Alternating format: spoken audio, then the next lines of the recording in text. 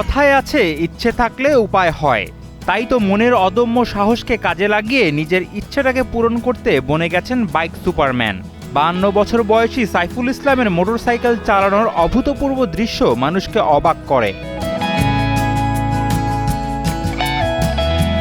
ঢাকা, টাঙ্গাইল, যমুনা সেতু মহাসড়ক সহ উপজেলার বিভিন্ন সড়কে হরহামেশাই চোখে পড়ে তার বাইক স্ট্যান্ড। বাইকের হ্যান্ডেল না ধরেই কখনো দাঁড়িয়ে, কখনো শুয়ে, আবার কখনো গিটার বাজিয়ে বাইক চালানো যেন তার কাছে পানি খাওয়ার মতোই সহজ।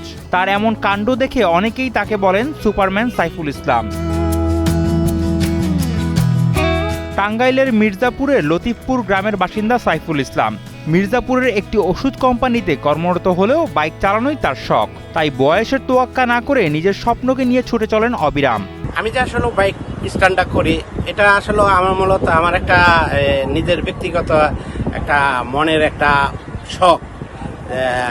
আর এই স্ট্যান্ডটা, বাইক স্ট্যান্ডটা আমার শেখার উদ্দেশ্য হলো যে আমি বাইক স্ট্যান্ডটা করে যদি আমি কোনোদিন যদি আমি মিডিয়া জগতে আমি যেতে পারতাম, দেশের মানুষ যদি আমাকে মিডিয়া জগতে দেখতো, আমার খুব ভালো লাগতো।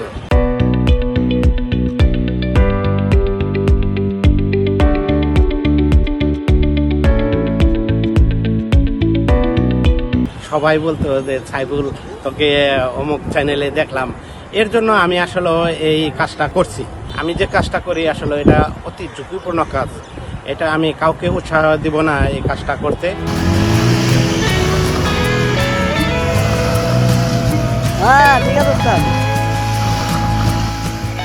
মোটর বাইক নিয়ে এমন স্ট্যান্ড অবশ্যই ঝুঁকিপূর্ণ, তবে সাহস, চেষ্টা আর অধ্যবসায়ই পারে একজন মানুষকে দক্ষ করে তুলতে।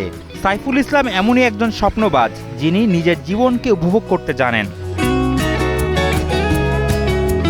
Desk report, Kaler Kantho.